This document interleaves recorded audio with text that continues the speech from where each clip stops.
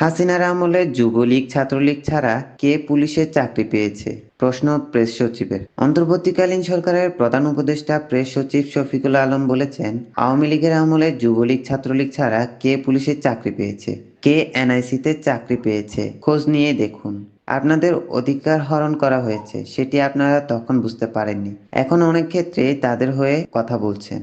আওয়ামী লীগের ভবিষ্যৎ নিয়ে শফিকুল ইসলাম বলেন, বাংলাদেশ আওয়ামী লীগের ভবিষ্যৎ দেখি না। মানুষের কাছে তাদের কোনো গ্রহণযোগ্যতা নেই। তারা বিপুল সংখ্যক মানুষকে হত্যা করেছে, গুম করেছে।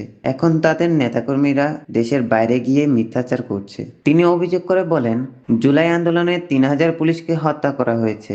লাখ লাখ কর্মীদের জঙ্গি হিসেবে প্রচার করেছে আওয়ামী লীগ। এসব বলে বলে তারা সারা পৃথিবীকে বোঝাতে চাচ্ছে যে এদের মারতে হবে। প্রেস সচিব বলেন, ১৭ মাস পেরিয়ে গেলেও তারা কোনো অনুপস্থিত হয়নি। এখন যদি এসে তারা বলে আমরা ভুল করেছিলাম, দুঃখিত, তাহলে আর সময় নেই। কারণ মনোনয়ন বাতিলের সময় ইতিমধ্যেই শেষ হয়ে গেছে। একটি রাজনৈতিক দলকে বাদ দিয়ে নির্বাচনের আয়োজনের মাধ্যমে সরকার নতুন কোনো ফেসিজমের দিক যাচ্ছে না কিনা সাংবাদিকদের এমন প্রশ্নের জবাবে শফিকুল আলম বলেন, এখানে ফেসিজমের কোনো কিছু নেই, বরং আওয়ামী লীগ দেশে ফেসিজম কায়েম করেছিল। স্বাধীনতার চেতনার কথা বললেই তারা মানুষের অধিকার হরণ করেছে। এ সময় তিনি আরো উল্লেখ করে বলেন, একটি রাজনৈতিক দল যদি অস্ত্র হাতে তুলে নেয়, ছোট ছোট শিশু, তরুণ, শিক্ষার্থীদের হত্যা করে, তাহলে পৃথিবীর কোনো সভ্য রাষ্ট্রই তাদেরকে ডেমোক্রেটিক প্রেস দেয় না।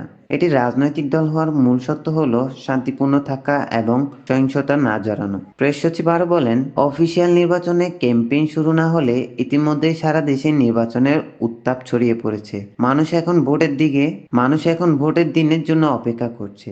তবে আসন্ন নির্বাচনে আওয়ামী লীগ নেই, কারণ তারা নিজেরাই নিজেদের অযোগ্য করে তুলেছে।